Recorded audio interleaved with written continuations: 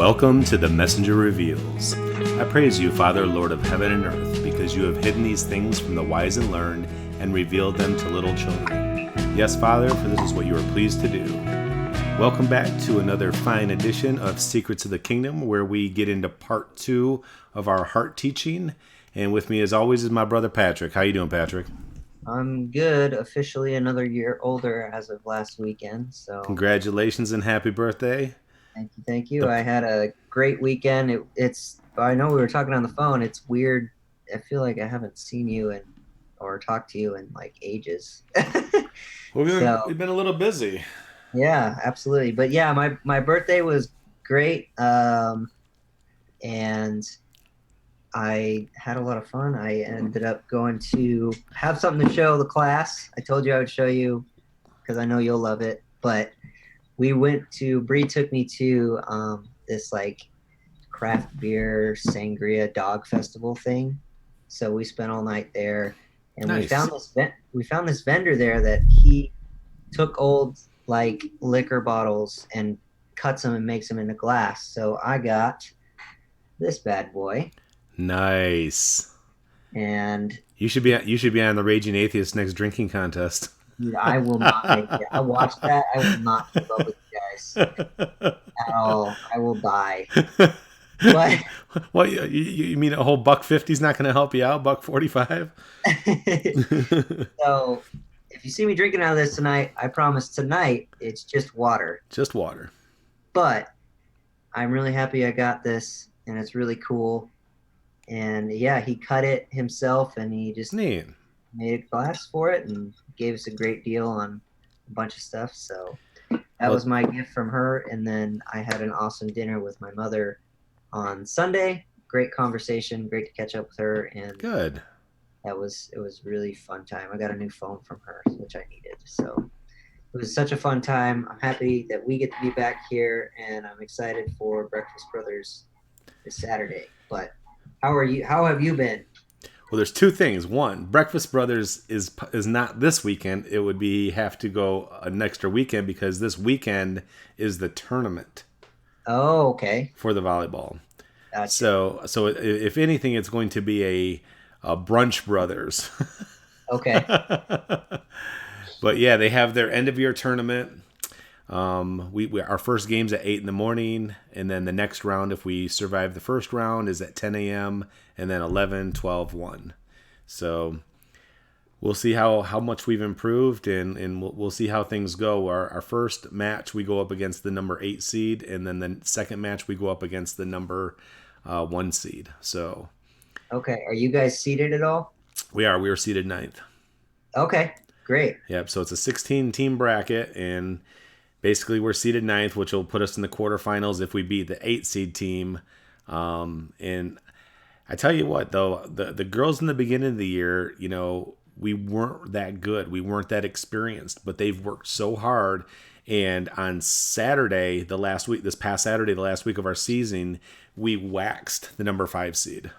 Awesome. Well, that's good to hear. So it sounds like there's been a lot of improvement, and we've got actually a chance to go all the way, maybe. I do. I think that I really like looking at just evaluating in an honest way our talent. I think we're the number 2 or 3 team in the tournament. Sure. Granted, we're on the same side of the bracket, and then going to meet the champs in the finals. But I really believe if we would have been on the other side of the bracket, we could have beat the 6, we could have beat the 3, and we could have beat the 2. Sure. And I was really either hoping for that either 6, 11, or 7, 10 seed, but we ended up in the 9 seed, which is I didn't want to be in the 8 and 9 seed because I wanted to be able to face the best team in the finals, and I thought we could have beat the other seeded teams. Gotcha. But it is I where it see. is. But if we knock off that number 1 seed, I really think that after that we got the number 4 or 5 seed in the semis, and then we'd either have the 2, 3, or 6 on the other side. That would probably Right. be in the And you finals. can, I definitely see how, like, because I know me playing, like, winning builds confidence for sure. Like, it boosts that confidence. And, okay, we can beat them. We can beat the next team. We can beat the next team. So Yeah. I definitely see how that would be beneficial. But I wish Allie and your team good luck, and hopefully come out with that big W. It's going to be fun. I mean, I definitely think we're going to win the first one, and then second one, we're just going to go out there and do our best. And for me, it's always been about improvement over winning. I never pushed them to win. I always pushed them just to get better and work hard, and Sure, it's paid off. And that's how the season's gone. And sure. then other than that, on Saturday evening, I finally went and saw Endgame. Do not worry, any listeners. I do not do spoilers, but I'll say the movie was amazing. If you haven't seen it and you like the Marvel comic universe movies, it really is awesome, and it really does what it says it's going to do, and it really brings everything together. So it's definitely worth the 3 hours. It does not feel like 3 hours when you're in the movie. It's amazing. So if you haven't seen it, make time to go see Avengers Endgame. It is well worth the 3 hours and however much money you pay. Awesome. I think me and Bree will be making time to do that this weekend, mostly so we can talk about it. But If not, then I'm sneaking your butt out. We're gonna go to another midnight showing. all right. But other than that, so anything else in the last couple weeks? Because I know we haven't done the heart teaching the Oh, last 2 weeks. yeah. Sorry, just 1 second. Sure. Okay. So I sent a quick text message. Um, and I started my job. I Oh, totally you forgot about that. did. Yes, last week was it's been going well. It's very different. Like it's a totally different environment where I'm at. However, through the process of training, I definitely see like how my last job I was in, like all the skills are there in that last job. Hmm. It's applied differently in this job. So I'm in my like second week of training. I'm kind of finally out on the floor now, so everything's going well. Good. And yeah, it's been a really kind of cool experience to like my last job. I got into it and I hadn't learned nothing about sort of the when we went into the unplugged series about Mm-hmm. employment and all that education and employment. Yeah. Cool to the whole process, just like apply those skills that we taught about and that I've learned like through the interview process, just being myself, Sure. not really caring if I got the job or not, just really going and here I'm here to be myself and you like me and I'm also here to see if you're a good match for me and asking questions. And then the cool thing about this company is they've kind of been really good to me about even just from the get-go. Like they initially offered me the position. If I had taken that, I wouldn't have been able to give 2 weeks. So like, okay, well, we'll just delay your start date so you can Mm-hmm. do that. And then Right. they like they do a lot of cool stuff for their employees. We're in Star Wars week right now, which is awesome. What is Star Wars week? Well, May the 4th is this weekend, so It May the is. 4th be with you. And so normally if that falls on a weekday, they do Star Wars Day, but since it's on the weekend, this whole week you get to do we've done Star Wars themed stuff. I got a inflatable lightsaber today. So and then the other thing is it's kind of far from my commute got longer, but they're opening up a new office and they're going to actually let me start at that new office next week so I don't have to drive as far. So they've been Good. super awesome to me. They're super awesome to their people. And it's been a little, it's been I've been going through an adjustment period for sure, like finding my bearings there. But overall, I'd say it's been really good and been really cool to like apply those skills that I learned. So Well, and that's what it's all about is, you were looking for a new opportunity and you were looking for an advancement and you were looking to, put yourself into another situation and not get complacent with where you're at. And it seems like it's all playing out, in good fashion and you're taking it in stride in a healthy way. So sure. that's huge and key. It would have been interesting to see you do this 3 years ago. No, I totally agree. And like I've had a few like changing a workplace for me is somewhat difficult. So it's definitely been a good like reflection process. Like, nope, this is just a transition period and that's okay. And you felt the same thing that you did at BCT and look where you ended up there. So like it's been a good process. Right. So one of the things that in my atheist and agnostic encounters, the subject of hard determinism came up, compatibilism, and people trying to differentiate why I believe that hard determinism is different than destiny. And so I was just looking up internet definitions and trying to see where they're coming from, and I can kind of understand why they think that destiny and hard determinism are pretty much the same thing. Sure. But at the same time, when I was looking through it, it's like the way that one website described it, or one definitions site described, kind of what's the difference between destiny and determinism or hard determinism. Well, destiny is the outcome of a deterministic or world. The destiny is the inevitable outcome. Like I always say, destiny is the inevitable outcome based on our inner being. You know, Right. the four processes of our inner being determine what's there. So therefore, that's the process of destiny. And I was like, it's not really that destiny is that much different than determinism, but partnering with your destiny is significantly different than just believing that we're determined or that we're Sure. destined. Because like I guess I haven't looked up definitions or anything like that, but I guess the way I've understood it, and please correct me if I'm wrong on this, but like Sure. determinism is like it is we don't have a choice, but there's no changing the outcome. Whatever it is, whatever happens, it was always going to be that way no matter what, which I kind of agree with. But what if you knew the things that went into that outcome being different, or that outcome being what it is, and then you changed some things before it? Doesn't that alter the outcome? And I think that might be the path you're going on. Well, I mean, I just looked at, if you just look at destiny in a different way than you do determinism, but if determinism is the facts and the science of it, and destiny is the outcome of the facts, Okay. Yes. then partnering with your destiny says, hey, here's the specific things that are determining my path, and now that I understand those things, I can change who I am and change what my outcome will be from that point forward only.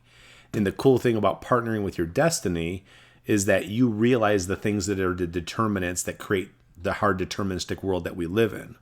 Sure.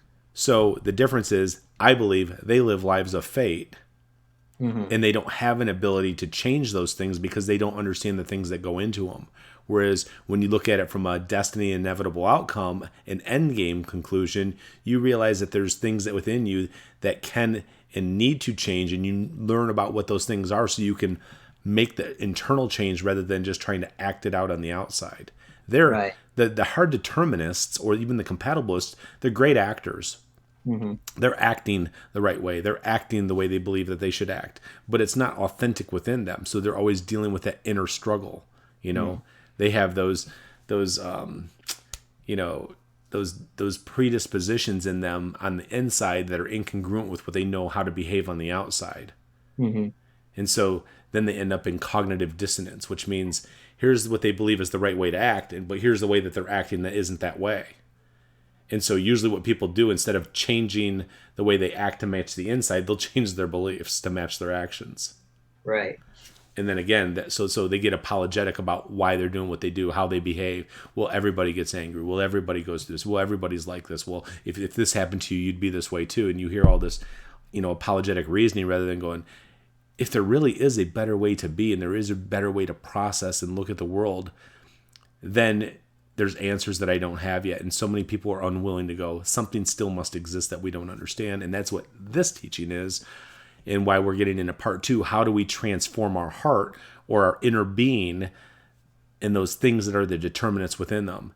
And again, yeah, we're going to approach this Secrets of the Kingdom like we always do, from a theistic viewpoint, from our beliefs and understanding in God, and where we think they originate from. And we're going to link them to Scripture because we want people to really understand when they're reading Scripture, if they are reading Scripture, what it works. But this is still applicable to anybody who really wants to transform their inner being and understanding those parts from a psychological standpoint as well. Sure. It's interesting you say that. Like, definitely, I found that a lot of times the justification happens because they don't know how also to not feel bad about it's abnormal that you're feeling these things. And I think another part of this transforming your heart leads to that whole, you know what, I'm dealing with this right now, and but I have you have a sense of peace as you're going through and transforming the things you're transforming. They do. And you realize, hey, it's okay to be imperfect. We talk about that all the time. It's okay to make mistakes. It's okay to be flawed. It's okay to be abnormal. It's okay for those things. We don't accept that it's okay to be unhealthy. We don't accept that it's okay to be dysfunctional. We believe those things can be better. But as far as our abnormalities are abnormalities. Let's accept them. You know, Right. you and I were talking, when I was on my way home from work, and I'm like, yeah, I'm abnormal. I don't think like the rest of the world. I don't perceive the world the rest of the way the world does. I don't know very many people who have unconditional empathy, unconditional love, unconditional forgiveness for anyone and everyone, no matter if they're victims or assailants or people who are healthy or people who are unhealthy. People just don't do that these days. I'm an abnormal abnormal functioning healthy person in the world, and you're doing the same thing. You're abnormal Right. because of it, because you no longer conform to the way the world thinks and how everybody else is processing, being their angry, bitter, anxious, depressed selves. We're going, it doesn't have to be that way. And how do we change those things within us so we can be free from them? Right. I might not have the answer right now, but But it I'm exists. yeah, it exists out there, and I'm actively searching it out.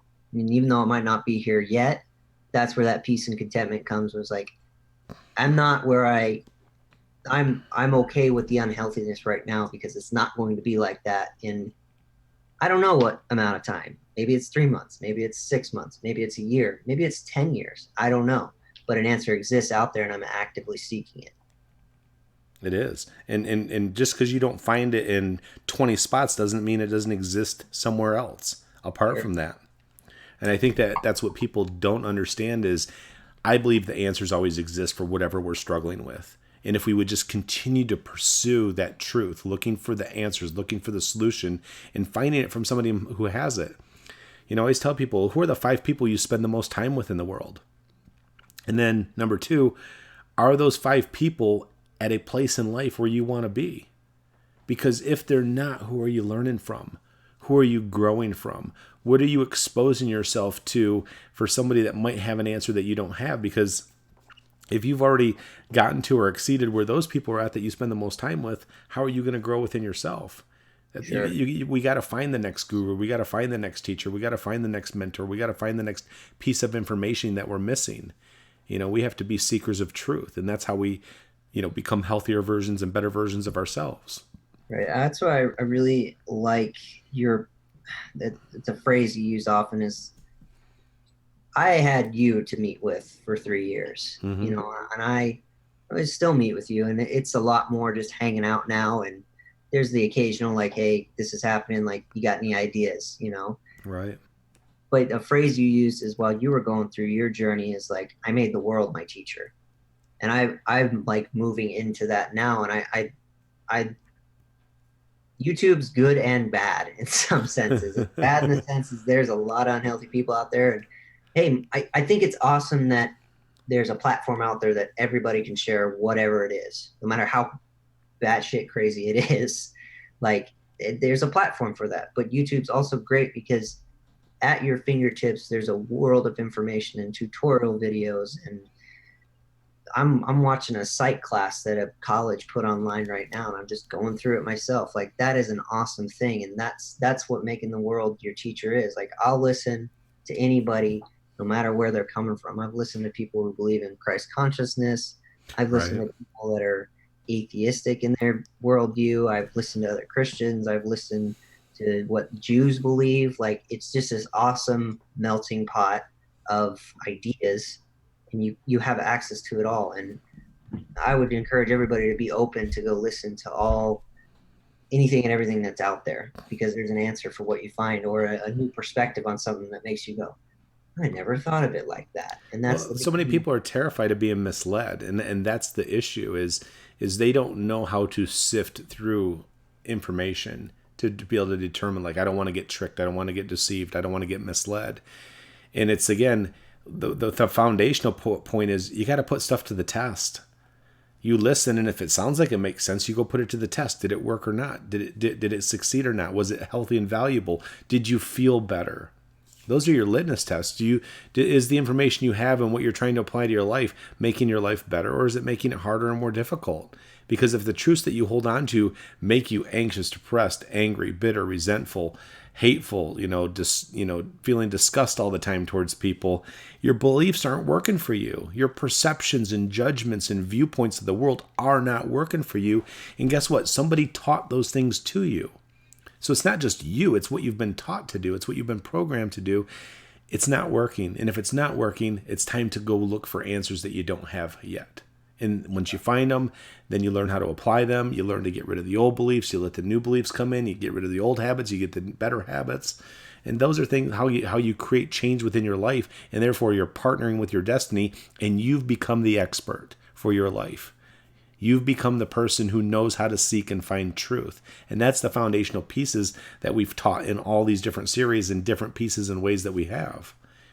People always talking about, well, if you got the answers, just give it to me. Well, it's not a step-by-step process. It's a way of thinking. It's a way of perceiving. It's a way of foundational teachings for you to go out and make yourself the expert for your life and being able to how to find information, put information to the test, and then, make it applicable, which is where wisdom is. 100%. It's not, you're not going to find it in like a 6-minute YouTube video. Like, again, going back to the psych class I'm watching, like, think about all those kids and students in that program who are going for a psychology degree, or maybe they're even just in a different degree. They got to take a psychology course. Like, you don't get a degree in one class. Like, you might get certifications in a class, but to get an actual degree and saying, I have a general understanding of this, it takes at least 4 years, or 2, I guess, if you're doing an associate's. But for most any bachelor's degree is probably going to be a 4-year program. Like, all those things take time. And that's the biggest thing I see lacking is, and I get it. I was there. I wanted the snappy, give it to me now. Like, I totally understand where it comes from, but it's like, this stuff takes time, and it takes putting into practice and being willing to meet with somebody who knows more. It doesn't have to be me. It doesn't have to be John, but Sure. somebody that knows more than you, and being willing to say, I don't know about this. I'm going to invest time to know about this. Absolutely. All right, so let's get started here on how do we transform the heart. We're going to go for probably about 35 to 40 minutes, and if we have to come back for part 2, we come back for part 2. Here we go. So how to partner with your destiny. And again, these are some step-by-step processes for how do we partner with our destiny. Destiny is the inevitable outcome of something based on the spirit and flesh nature of the 4 internal processes within one heart. Again, spirit is not this magical thing. It's not something that's apart from you. It's the individual parts within your being that are healthy. So let's make that clear. Your spirit is the individual thing, or the parts of your inner being that are healthy. They're the parts of your inner being that are in perfection. They cannot make mistakes. They cannot do wrong. They do not commit crimes. They can't be tempted. Your flesh nature is the opposite of that. It's the things that are unhealthy, the things causing you displeasure, the things causing you anxiety, the things causing you depression. And those are the things that we are going to heal and grow and become a better version. And those 4 internal processes, again, are the biological, cognitive, experiential, and emotional. And we'll get into those. And here we go. Partnering with your destiny begins when you develop an awareness and understanding that your innermost genuine being, which is who you are on the inside, or called your heart, that's how it's referred to in biblical terms or even in the world, determines your authentic or imitated outward appearance. And your outward appearance is your actions, behaviors, choices, decisions, and expressions. They're the things that the world sees. Partnering with your destiny requires you to always focus on your heart or your inner being and truly seek and apply godly truths, which are things that make you healthier, that train your heart to become spirit in its nature. And I just again, want to stop right there. That's like a huge point. Is like the whole, the another, I guess, beginning of all this is like, stop blaming everybody else for how you're doing life wrong and take ownership of that.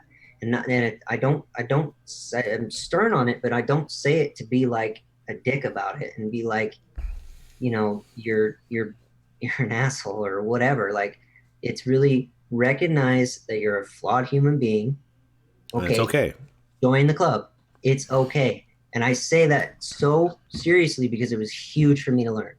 I hated myself when I made mistakes. And when I learned not to, I was able to start working on the mistakes I was making, or changing what was wrong inside of me that was causing the mistakes. There you go. Yeah. So yeah, that's a good way to end it. So I'll just let you continue. Okay. So in 1 Timothy 4, 7 through 9, it says, have nothing to do with godless myths, old wives' tales. Rather, train yourself to be godly, or train yourself to be healthy, holy, which is set apart from the world's way of doing things. For physical training is of some value, but godliness has value for all things, holding promise for both the present life and the life to come. This is a trustworthy saying that deserves full acceptance. And again, it's about training yourself, becoming the expert in seeking truth. That's how you train yourself. You find information outside of yourself from other human beings, books, literature, videos, whatever, that help make your life better because you're changing and growing on the inside. So how do you become spiritually wise? Partnering with your destiny is the foundation of becoming spiritually wise. When you learn the steps in the destiny partnership, along with understanding the teachings of the firstborn, or Jesus, throughout this series, which is our Secrets of the Kingdom, you will truly realize how important the heart is in everything that you currently are and inevitably will become. So what are the steps in destiny partnership? Number 1, learn how to renew and transform your heart rather than simply acting or imitating in a spiritually outward appearance. So again, as many times we taught, we see people do the right thing. We see them act the right way. We behave the right way. They say the right things.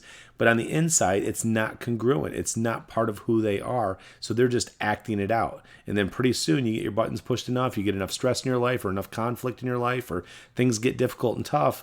And you see the nature of people really come out. They can't keep acting the right way because they're not the right way authentically yet. Develop an authentic inner peace of mind that understands human beings are imperfect, make mistakes, and have shortcomings based on their impaired hearts. So again, when we make mistakes, it's not because we suck as a human being, it's because we lack something on the inside that would make doing the right thing or the healthy thing or the correct thing easy. So we're just missing something. We just lack something that we haven't learned how to do authentically yet. But the answer again exists. Seek interaction with other members of the body who are gifted and equipped to guide and lead you in your spiritual growth. And again, that spiritual growth, spirit is the parts of your inner being that's healthy. And people need to start looking at it that way. Your spirit is not a set apart from you. It's not some magical holy thing that God just imparts on you and all of a sudden you're indwelled with all this wisdom that you never had before. Again, it's the parts of you inside that are healthy. Guard your heart. Develop a peaceful state of mind in all circumstances based on your faith, which is your trust and confidence in the Father that develops from your belief in everything Jesus taught and demonstrated. Everything that Jesus taught in his parables was all about the heart.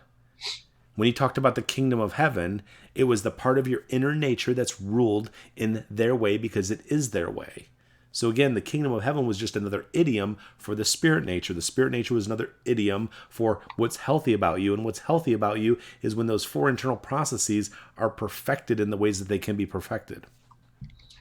Yep. And that's why I always said the kingdom of heaven is like this. He's making a point.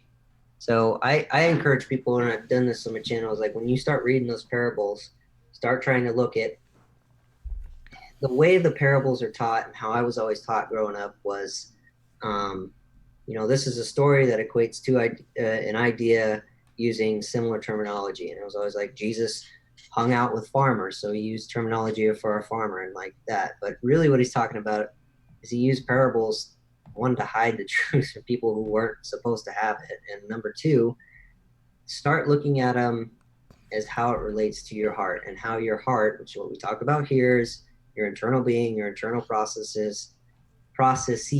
It's what dictates how you're going to act and behave. How do those parables apply to changing that and renewing that? A perfect example, I already did a video on this, was a parable of the mustard seed. It starts small and then it grows large. So what is that? Let's break that down real fast.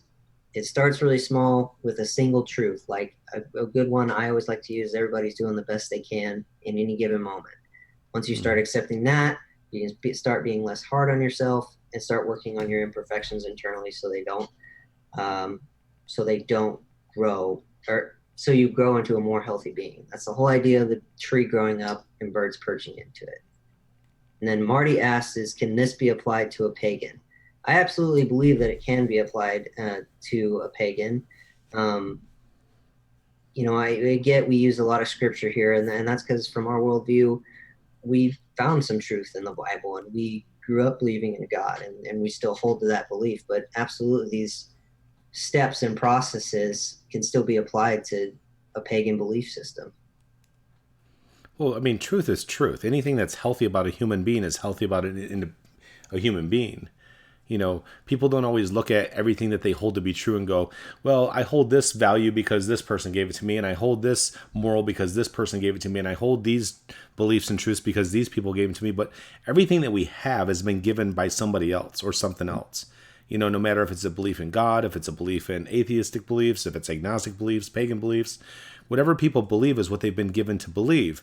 And they hold on to the truths because they resonate and make sense. And then when they don't resonate and make sense, we search out new beliefs. And that's where everybody goes in their search, in their quest as, what is our purpose? Where do we come from? What's our destiny? What is the point of being alive? How can I enjoy this life more than I already do? I think most human beings are seeking truth in something, no matter what it is. Let's move on to the next one. In Philippians, it says, "And the peace of God, which transcends all worldly understanding, will guard your hearts and your minds in Christ Jesus." And again, in the ways that they are healthy. Understand that human beings are always doing the best they can in every specific moment. And this is a difficult teaching that most human beings, I don't care what religion they're in, if it's Christianity, if it's Islam, if it's paganism, if it's Islam, if it's Hinduism, if it's atheistic beliefs, people have a difficult time believing that human beings are always doing the best they can in every specific moment. And that's a truth that if you hold to be true, you'll never be disappointed again. You'll never be embarrassed again. You'll never feel put down again. You'll never feel disgusted again. You'll never feel like somebody disrespected you again. Because you realize that every single human being, regardless how they behave, act, is doing the best they can. It doesn't mean it's okay. We're not condoning what people do if they're doing horrific or wrong things. We're not saying it's okay. We're just saying it can't be different. And that's what talking about destiny or hard determinism is all about. There's some causal thing going on the inside that makes somebody behave poorly on the outside. Not so we can excuse it, so that we can understand it for our own ability to have peace and contentment in that moment. Understand also that the outward appearance of yourself and others can never be any different than it is, whether it's positive or negative. Realize that as one's heart transforms, so will the outward appearance. And what we mean by this is when people become healthier versions of themselves on the inside, which means their cognitive empowerment grows, which means they develop a self-esteem, self-worth, self-confidence. They begin to have empathy for other human beings, then they're going to become healthier and they'll behave healthier. When they heal from experiential wounds and traumatic experiences because they learn how to go through the process of healing in a healthy way and not a worldly or coping way, they're going to become a healthier version of themselves. When they take care of themselves biologically, when they learn to manage their emotions in a healthy way, when these things happen, that's what we mean by the heart transforming. So again, becoming biologically healthy, cognitively empowered, experientially healed, and learning to manage our emotions in a healthy way so we have emotional peacefulness. That's the goal. Any human being on planet Earth, regardless of religious beliefs, political beliefs, racial beliefs, can learn these foundational truths to make themselves a better version of themselves. And then Proverbs, which is what King Solomon said, he said, guard your heart, for everything you do flows from it. Everything we do flows from the inside. So let's talk about the four internal processes of the heart. The biological. Your biological part of your heart is your genetic, physical, or physiological function of the brain and body. Cognitive is your mental ability of processing, knowing, perceiving, or reasoning based on internal truths or ignorance. Your experiential is your experiences related to observation, encountering, or undergoing something. And your emotional is your mental state of mind affected or determined by feelings rather than the cognitive processing. And we know that all four of these processes interact and have an effect on one another. Yeah, and sorry.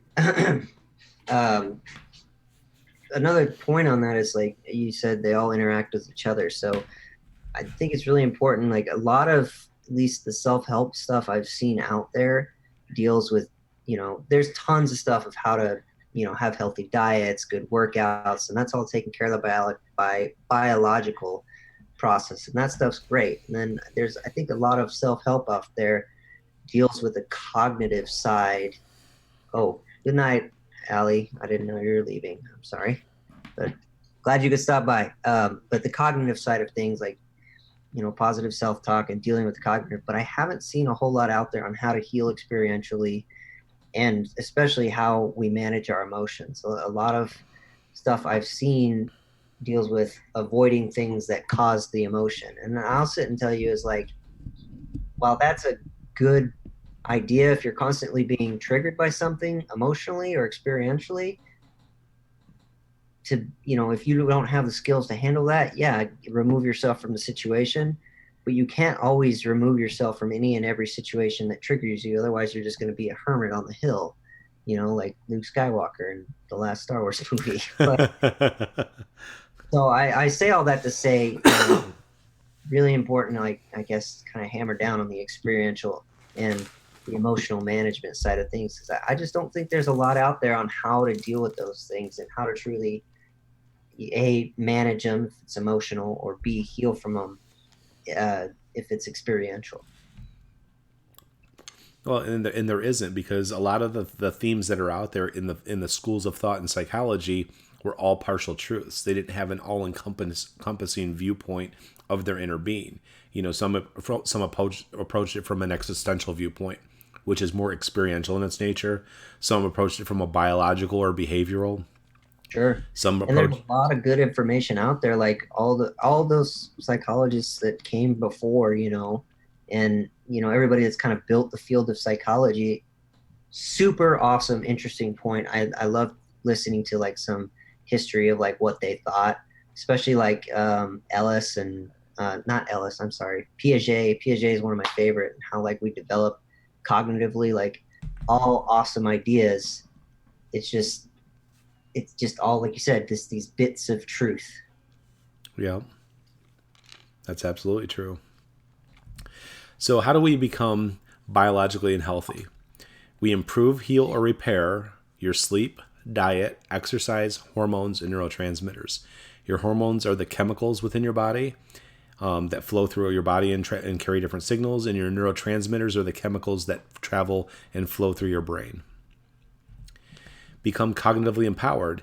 You develop an empowered perspective of yourself and others through spiritual growth. And again, spiritual meaning that which is on the inside of you that's healthy. You develop your self esteem, your self worth, and your self confidence. And it comes from self, not other people. So we stop being determined or dependent on other people's positive views of ourselves to like who we are on the inside in a healthy way. So we want to become a seeker of truth and find those truths in anything. And like Patrick said, and I say, we've read and searched out Hindu. We've read and searched out Taoism. We've read and searched out Buddhism. We've read and searched out all these different religions, because truth is truth is truth. If in the beginning there was an original creator that we believe that there was, we believe all truth had to flow from those things. And as those things stemmed out and deviated, they all contain bits of truth. And through that time, man-made religions that all got created throughout time, including Christianity, have deviated from the truth. And that deviation is what causes us the distress or the adversity or the conflict or stressors, or it's anxiety, depression, anger, bitterness, resentment, all those things that consume us. And it's because they're unhealthy and untruthful worldviews. Right. A good thing, just a reminder, and we've said it multiple times, even in this broadcast, is if a belief's not working out for you, meaning it's doing all those things, that list that John just described, then it's time to change and try and find a different belief. And you have every ability to do that. Well, people are afraid to, especially when it comes to I agree. religion. 100%, because there's a community there, and There's family, a they're blood relatives. family, there's not indoctrination, although that is part of it. There's It's all good. time invested into it. I don't know what the term I'm looking for is, but time invested into it, of, this is what I believe my whole life. This is what I know to be true. I know, it's like that tight grip of I know it to be true. And now it's not. Yeah, What do I do now? absolutely. And those things are scary, especially, I remember when I started going through the transformations I did 13 and a half years ago. And then, years after that, pick up a Bible. And I'm like, well, that's not true anymore to me, because Right, the changes that occurred in me were indifferent to what my old beliefs were. right. And then I had to accept, like one of the first things was like, this Bible's not perfect. Well, 100%. I mean, and that sucked for me, because I was like, well, before I just said the Bible was perfect and that's what gave me confidence in God. Well, now the Bible sucks. So does that mean my confidence in God has lessened? And I think in the beginning it did, because it was like, because the Bible at one time was my foundational truth, which was stupid and ridiculous at the time, but that's what it was. And when my foundation became me and my transformation and the things that became healthy about me, the things that I was able to gain and learn and grow in, and then I became the testimony and the foundation for what I believed, not a book written by men 2,000, 3,000, 4,000 years ago. Right. I think it's similar for me, although it wasn't so much the Bible, because I remember going through like the genealogies and telling you it seemed like somebody was trying to make word count, but in an essay. But for me, it's like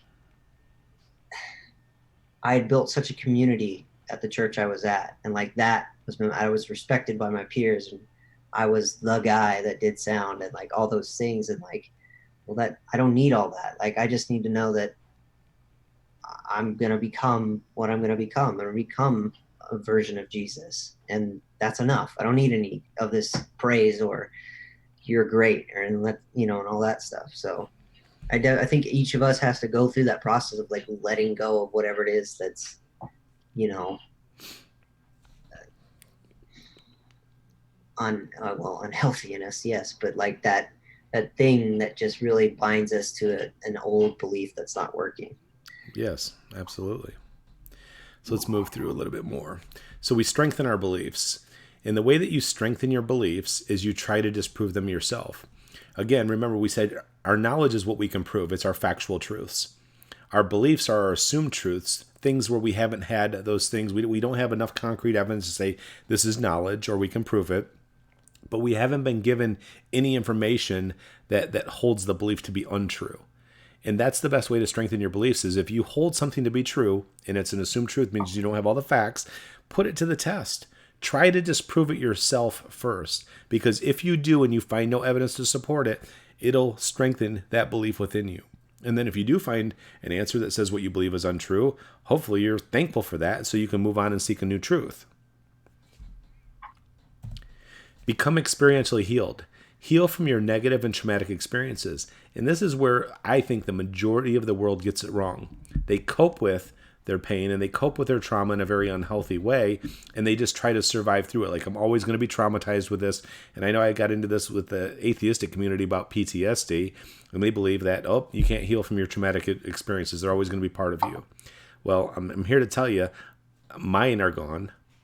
Because I transformed. I became a healthier version of myself. I learned to heal experientially. And once they learn how to heal experientially, they'll be free from those symptoms of PTSD as well. Become emotionally peaceful, which means learning to manage your emotions in a healthy way. And most people do not know how to do this. They'll repress their emotions. They'll try to cognitively focus away from their emotions. They'll try to redirect their attention and actions to things that are pleasurable. And that's where people get into escapes and addictions heavily. But again, they don't know how to have that state of emotional peacefulness and contentment in situations that are stressful for most of the world. And I can teach people how to do these 4 things because I've done them myself, and I've taught Patrick how to do the same thing. So again, the processes of the heart, your biological, cognitive, emotional, and experiential processes on the inside that all interact with one another determine what your actions and behaviors are, which are your physical responses. They determine what your choices and decisions will be, which are your mental responses, and they determine your expressions or your body language, which are your emotive responses. So the emotive, or I should say the responses on the outside, physical, mental, and emotive, are the things that everybody sees. They see your actions and behaviors, they realize your choices and decisions, and they can see your expressions in your body language. But they don't understand all the things that are going on inside of you biologically, cognitively, experientially, and emotionally. Because if they did, then they would have an empathetic viewpoint of you rather than a sympathetic viewpoint of you. And again, what we say, the spirit is what's healthy about those internal four processes, and they can only produce external good deeds that are authentic. Whereas if it's unhealthy, that's on the inside of you, we call the flesh nature, it will either produce sin, which is missing a mark of perfection or healthiness, or they can imitate good deeds, which means they're just acting it out and they're becoming excellent actors. They speak well, they talk well, they say all the right things, but what's going on the inside? Not all the right things. And what you do, you take that person and you look at them like an orange and you squeeze them. And you put to test what they say is healthy. And when you squeeze an orange, no matter how ripe and wonderful and orange it looks on the outside, you're going to find out if that orange is bitter, if it's sour, if it's rotten, or is it really sweet and authentic in the way that they say it is. So again, as we transform our heart, the flesh dies out. As we become healthier, the unhealthiness goes away. And when the unhealthiness goes away, our anxiety goes away. When the unhealthiness goes away because we become healthier, the depression goes away. The anger or the resentment or the bitterness, homicidal ideation, suicidal ideation, disgust, all the embarrassment, shame, all these other intense emotions that do not serve us well in non-life-threatening situations go away, and we learn to be healthy.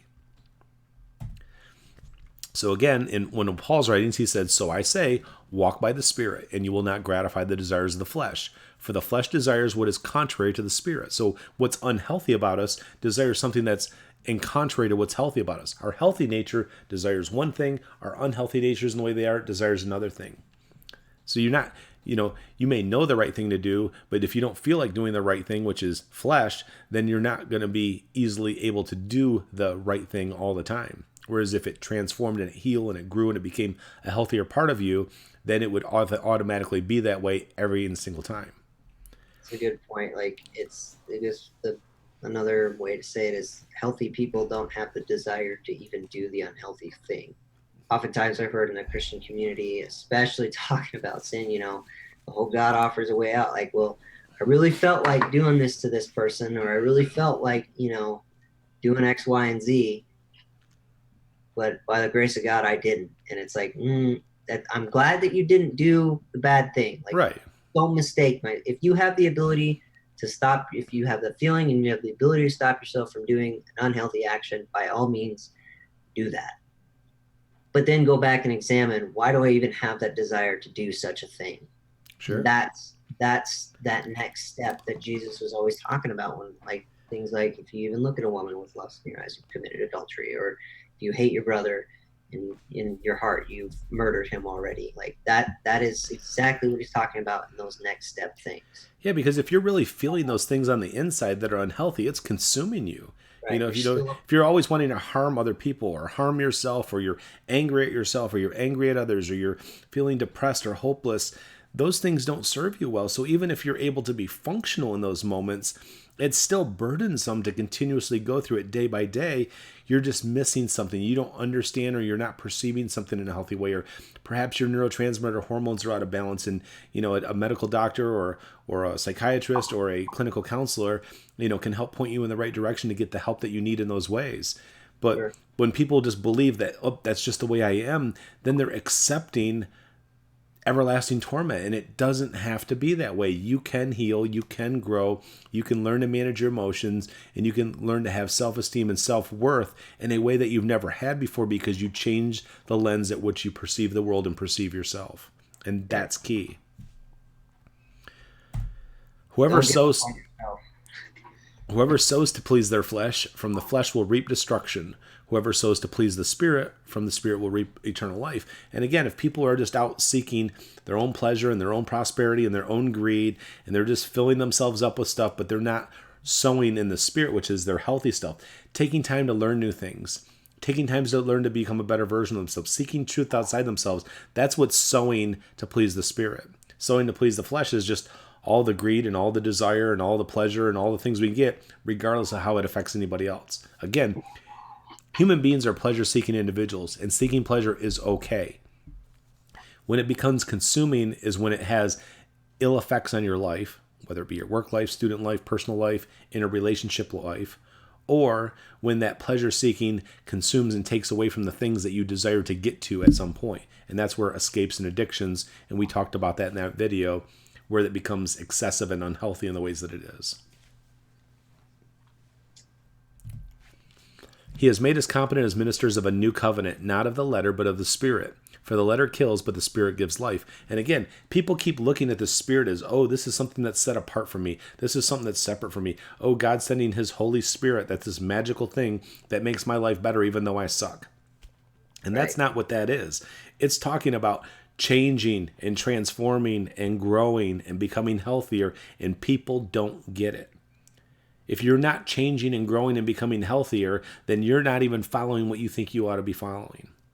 It has to create change. It has to create growth. It has to create well-being. Your life has to get better, because if it's not, you're not doing anything to be a healthier version of you. Sure. And then Marty said, from the Wiccan, I don't know if that's Rede or Reedy, and it harm none, do what we will.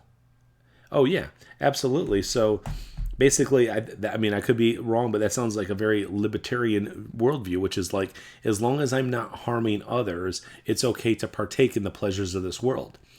Paul also said it in his letters. He said, everything is permissible, but not everything is beneficial. Mm-hmm. Everything is permissible, but I will not be mastered by anything. And I think it had that same viewpoint. And then if you look at Ecclesiastes with Solomon, they said everything under the sun is available. I mean, there's a time for this. There's a time to dance. There's a time to love. There's a time to hate. There's a time for war. There's a time for peace.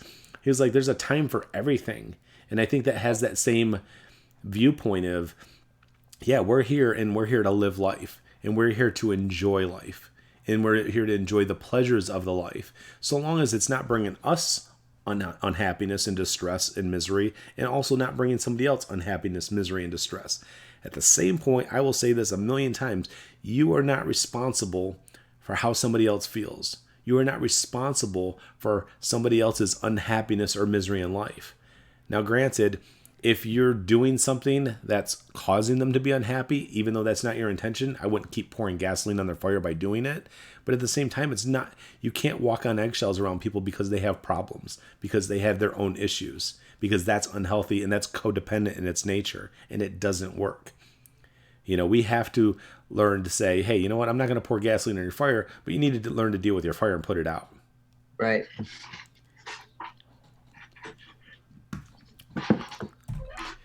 Those who live according to the flesh have their minds set on what the flesh desires, but those who live in accordance with the Spirit have their minds on what the Spirit desires. The mind governed by the flesh is death, but the mind governed by the Spirit is life and peace. The mind governed by the flesh is hostile to God. It does not submit to God's law, nor can it do so. And again, God's law is just basically a healthy way of living. Those who are in the realm of the flesh, which is that kingdom within you that's unhealthy, cannot please God. You, however, are not in the realm of flesh, but in the realm of the Spirit, if indeed the Spirit of God lives in you, which means his nature is part of your nature. And if anyone does not have the Spirit of Christ, they do not belong to Christ. And like I've told a lot of people, I've seen the Spirit of Christ, or I've seen the Spirit in more atheists and agnostics than I do in Christians. Sure. I see that Spirit and that truth in people who don't subscribe to what I believe is the source of the truth, but in people. And I'm like, Christian or atheist, agnostics, pagans, Islam, Hindus, Buddhists are closer to entering the kingdom of heaven than most Christians, because most Christians aren't doing anything to try to better themselves. They're just like, my life sucks. This world sucks. I hate this world, but thank God I have this magic Jesus ticket to get to heaven, and I don't have to do anything because he died on a cross to pay the sins for my life. And I think we've beat that dead horse a million times of saying, yeah, what's going to happen in the end game when you figure out that Jesus didn't die for your sins? What's going to happen in there when you realize that whole crucifixion that you just hung your whole life on is false teaching? Game over, man. Game Game over. over, man. Now what the fuck are we supposed to do? Sorry, That's that's a little quote from the movie Aliens. If somebody hasn't seen it. I and I going back to this for like this is an awesome. This is one of the times Paul just nails it, and I love it because it just really wraps up everything we're talking about here. Is like depending on what your nature is inside of you, flesh or spirit, and just to remove, we've kind of beaten the dead horse of what the spirit and flesh is. So just to break it down there, like you're either unhealthy or you're healthy on the inside. And depending on which one of those you are going to act and behave that particular way. And well, that's all Paul's saying here. He's like saying if you have a mind that is healthy, soul that is healthy, heart that is healthy, whatever, and you're going to have this peaceful life. You're not going to get triggered by things. You're not going to get stressed out. You're going to be okay with your imperfection. Now, I'll just bring that to my current situation with this new job. Like, there's a lot of information to learn fast. There's a lot of things that I don't do right away because I've never done it before. I Mm-hmm. am so much more equipped to handle it than some of my peers that I'm going through the training class with. And that's not a thing to say, look how badass I am. It's just the truth of the matter. It's like, I'm going to mess up in this. That's cool. I'll learn how to do it along the way and I'll make Right. mistakes. And that's all right. That's exactly what it looks like. I don't feel embarrassment for making mistakes.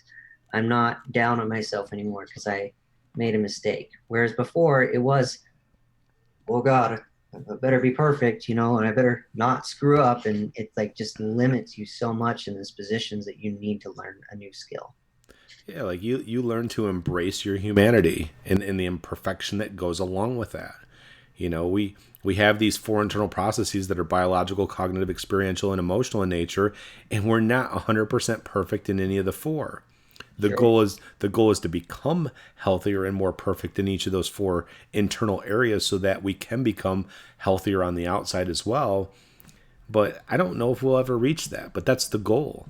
We never Right. stop learning. We never stop growing. We never stop challenging ourselves. We never stop, seeking out truth and being around others that may know something that we don't know or don't understand. Right. Marty said, most of my Christian friends are always asking for prayers.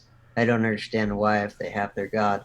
And I'll tell you, most of the time it's because that's what they're taught to do. Like that's the right thing to do. When you're struggling for something, you turn to God in prayer, and He's just gonna give you peace and provide a way out. And there's never.